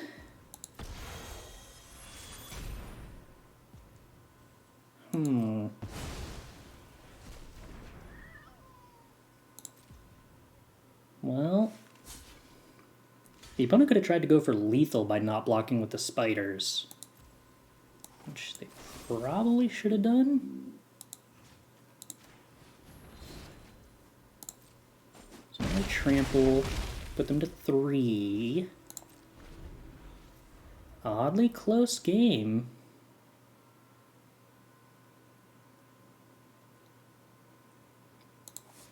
I think in this spot the opponent's probably supposed to fire up the Hive. Swing with it in Dawnbringer Cleric for 4. Leave back Cloister Gargoyle to block Hinata. Nope, they get in. Yeah, this actually still works, because if they get in 5 damage here, then block with Cave on Hinata, they don't die, and they still have lethal on the backswing with Hive of the Eye Tyrant anyway. Ooh, 2. Cost how much to animate? 4? So they top deck and untap land, they get animate both Hives? That sucks. Expressive Iteration. And I'm probably supposed to Galvanic that. Do I Galvanic it twice? Would I have 3 mana remaining? I don't think I'm supposed to Galvanic it twice.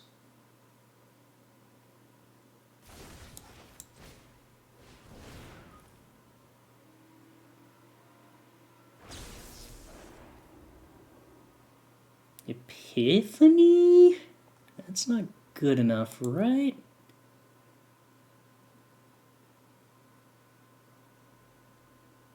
Would have been good enough if I didn't Galvanic.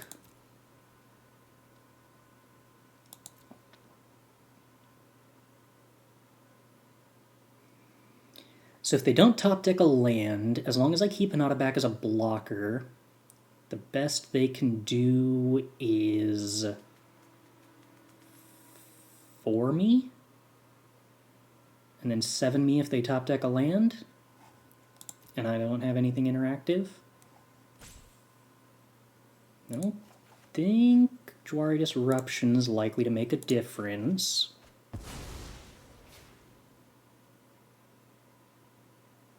Yowzers.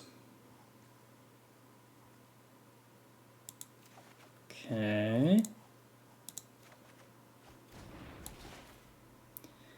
Well, expressive again. Negate does nothing. Wow, I can't even cast the Unexpected Windfall. Huh. Alright, well, Negate gives us outs to a lot of stuff.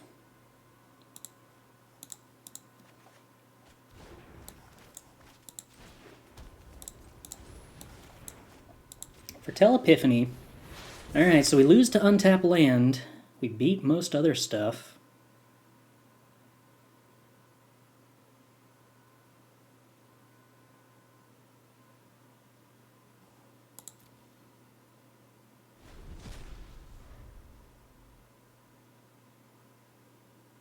No, untap land, please.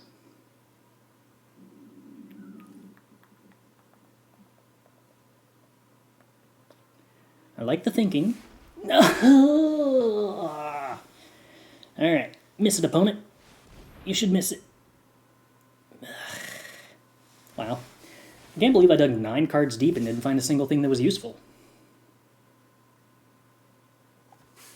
I wonder if there was any world in which I wasn't supposed to Galvanic the Epiphany there, or Galvanic the Expressive, to play around exactly A-Alrund's Epiphany? That feels wrong. Like, any Magma Opus, any Abrade, any indestructible spell. We got like 3 Magma Opuses, 1 Abrade, 1 Thundering Rebuke, 1 Fading Hope at that point? Oh, no Abrade. 1 Valorous Stance, yeah. Infinity more reasons to copy it than to not copy it.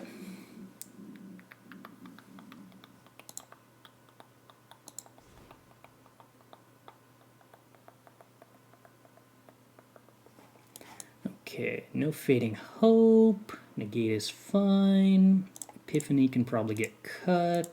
Supposed to board into Beholds. Thundering Rebuke is probably good. Abrade is fine.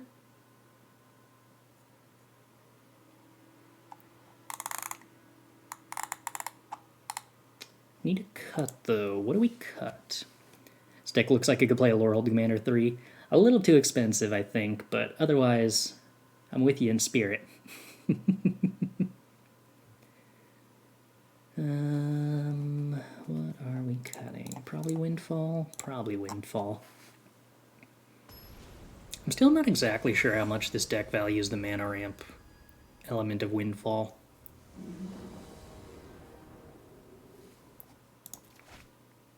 It would be less mana with Hinata out, but I'm generally of the opinion that I want to build the deck to be good without Hinata, because it's... If we untap with Hinata, we're usually so favored that there's not a ton of equity to be gained by trying to make the deck better with Hinata out. Ideally, we want cards that are good whether or not Hinata is in play. Magma Opus is kind of the only card we're playing that's like not super impressive without Hinata, and it's like still Magma Opus then, so like it's not that embarrassing.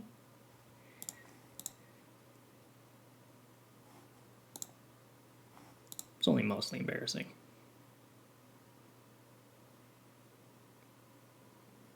If we had a third land, I'd probably save Jwari Disruption here. But we don't, so I'm not guaranteed to have Celestus on 3. Unless I Jwari Disruption. I mean, I guess I don't really want to save Jwari Disruption here anyway, because I'd probably rather Behold the Multiverse. I'm sort of anticipating my opponent, given that they are a black snow deck, is going to board into mass hand hate.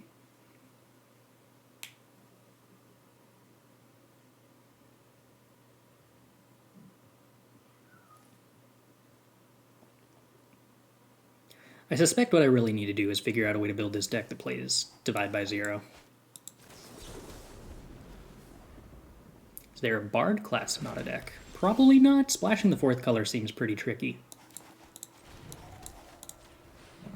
Not technically impossible, but probably pretty tricky. Also, doesn't Bard class reduce the cost by green? So Hinata would still cost 3 mana anyway? I imagine you take Celestus here would be my guess.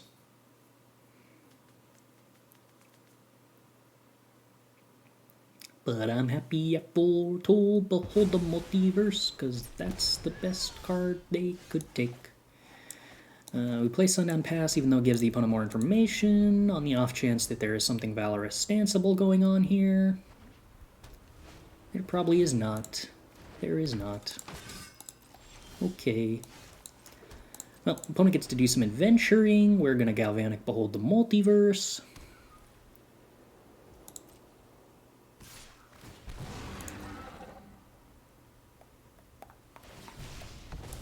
Opponent's Rise. Very well. We take some damage.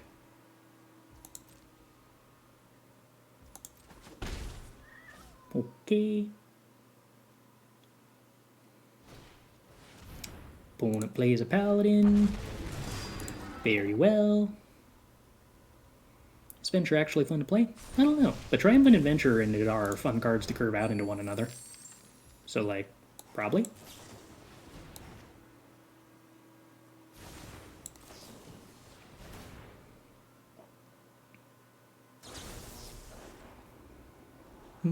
Well, I definitely don't want Jwari Disruptions right now, so those can go away. We got some lands anyway. Alright, Unexpected Windfall, we do not mind.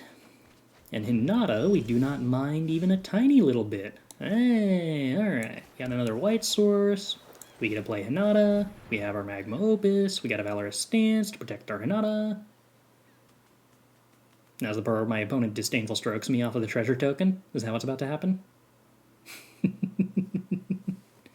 they know about the Valorous Stance? They do. Okay. Unfortunate. So they do actually complete the dungeon here, meaning that if they have the enchantment that gives -5/-5, I just lose my Hinata and can't do anything about it. That'd be a bummer. but they would do that before attacking. So that does not appear to be the case. Yep, Hinata loses its power. Opponent draws a card. Triumphant Adventurer gets bigger. We block the Nadar. Yup.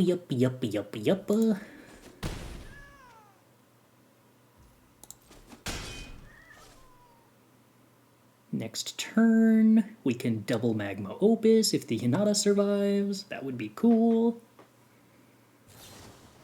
No, my Hinata.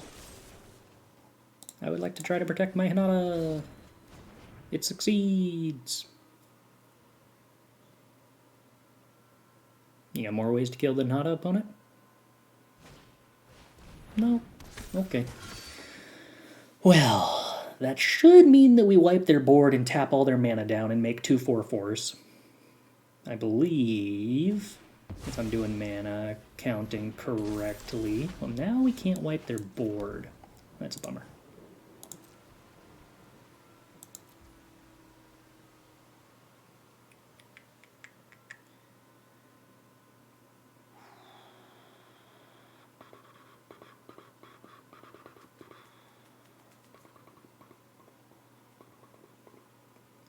Yeah, I think this still works.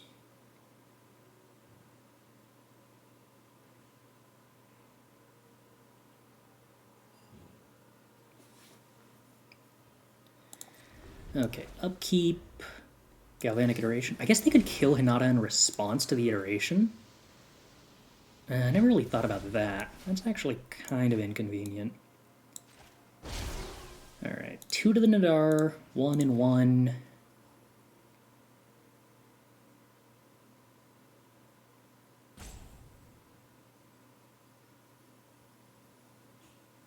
Sure, tap that. 2 to the Nadar. Resolve this.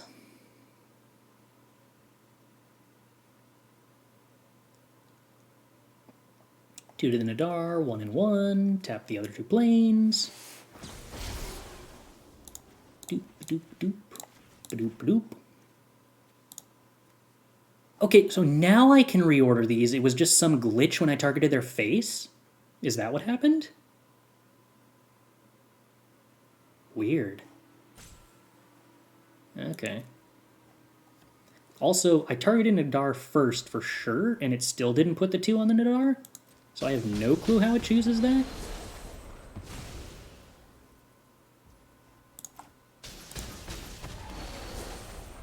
But, you know what? Draw 4, kill 3 things, tap 4 of my opponent's mana down.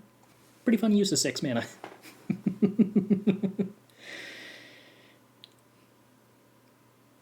Oh, right, that was an Anthem. We could have wiped their board. Yeah, I forgot about that. You're right.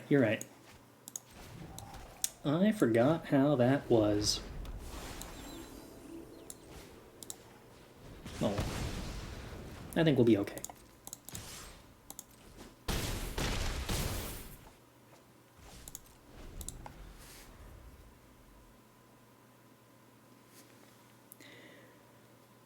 I wonder if I should have played Hall of the Storm Giants. Yeah, I'm probably going to be fine. But yeah, I'm liking this deck a lot. We'll have to build a standard version too. Actually, we could build this deck with literally 0 changes in standard and just run the other Time Walk card instead of A-Alrund's Epiphany. Might actually be better, honestly, even.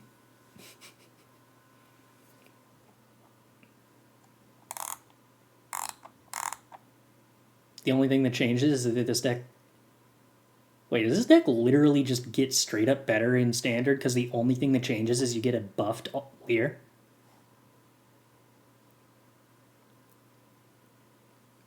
What's the Time Walk card? It's like Alchemist's Gambit is the one. It's technically a little more intense on red mana than A-Alrund's Epiphany, which is not as good, but, I mean, it's still, like, really good.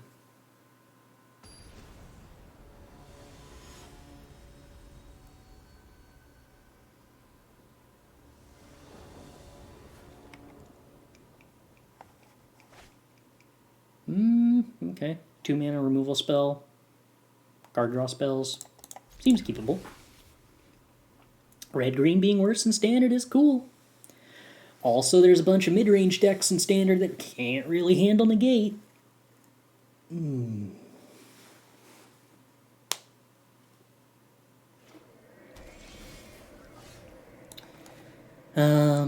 Which raises the question, are there any cool tournaments coming up this weekend or next? Triumphant Adventurer? But what if I killed it, though?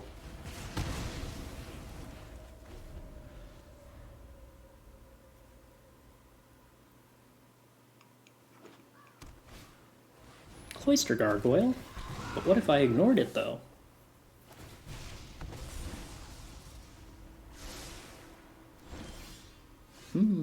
Magma Opus. Alright. Admittedly, that one doesn't seem directly useful yet. We'll take a Galvanic Iteration, we'll play a land, we'll get more blue sources. There's an SCG standard. Maybe we plan to do that? That could be entertaining. Oh wait, hold on. I can play Magic the Gathering. I know how to actually cast Unexpected Windfalls, and it involves having 2 red sources.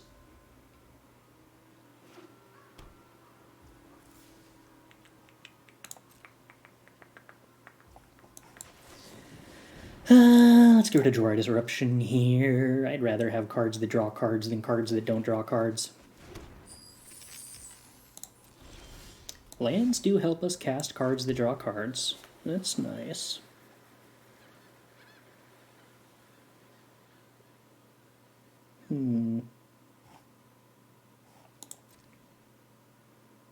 Alright, I think we just pass here.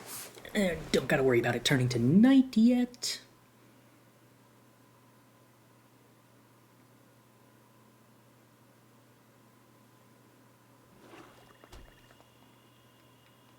What you got, opponent? Anything? Ooh, you're gonna give me free mana? That's so polite of them. I love it. Now I get a Galvanic Iteration, Behold the Multiverse. Sweet.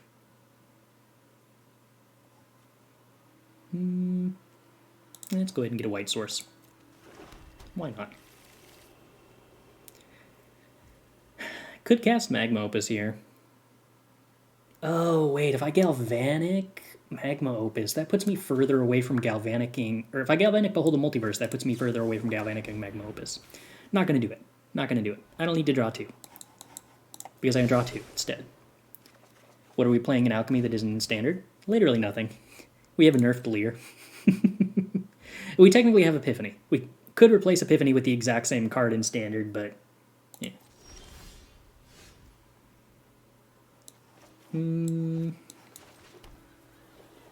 Alright, I suppose we play Hinata. The opponent's probably going to remove it, but I don't know. I'm just, like, sitting around buying time to make land drops so that I can Galvanic Magma Opus anyway.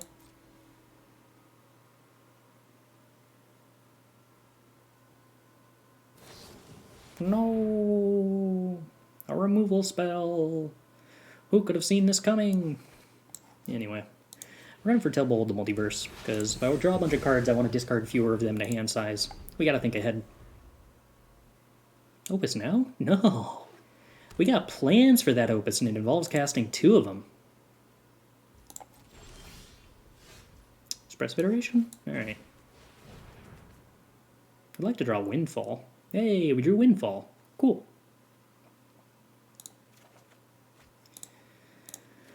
Alrighty, and then we play the Windfall, discarding a land, make some treasures, have more mana, 4, 4, 2.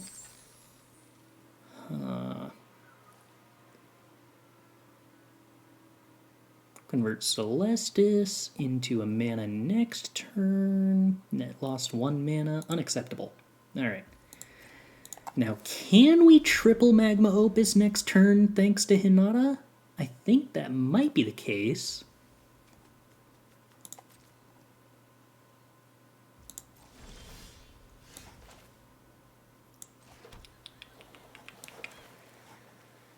There is the chance that the opponent kills our Hinata here, in which case we just have to triple Opus naturally next turn. I mean, I could probably triple Opus in response, but meh. I guess Galvanic, Opus. Yeah, okay. There it is. We will just triple Opus naturally.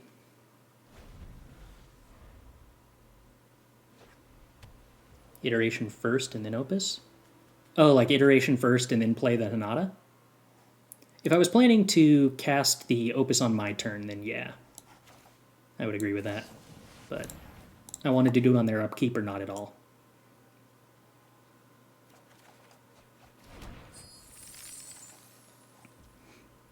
Go to my turn, play the Hall. Alright, I think we kill him here.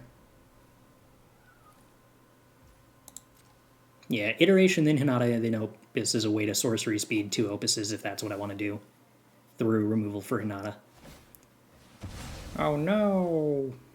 That's actually moderately inconvenient. I guess that doesn't actually change the fact that I have lethal though. Because I do get to do 12 damage to their face, which is a lot. Nice thing about paying 8 mana for Magma Opus is I don't have to worry about what I'm targeting. It's kind of simple, isn't it? Hinata just always worse than Goldspan Dragon? No, not at all. I think it's quite a lot better in Alchemy at the very least, where Goldspan is nerfed.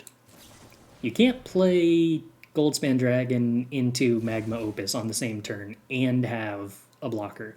The fact that Hinata makes so much extra mana while still being a blocker is such a big deal. So I'm going to cast 3 Magma Opuses with Negate backup, huh? Seems like fun. Wee! Wee!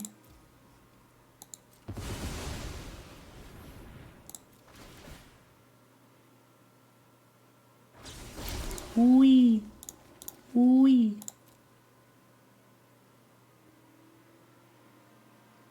What's your response to all of this, opponent?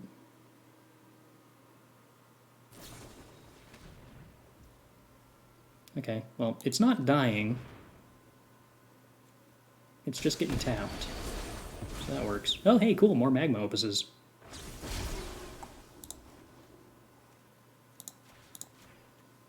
I forgot what permanents I already targeted to tap, so we're just going to tap down those ones instead. Oh, hey, cool, I get to do 3 more Magma Opuses on my turn. That sounds fun. No, I don't, I'm 1 mana short? Oh, I'm a lot of mana short. Ooh, opponent. Ooh. No, opponent, come back! I still have another 2 Magma Opuses to cast. We're not done here. I wasn't going to attack you, I promise! No! Oh. How anticlimactic.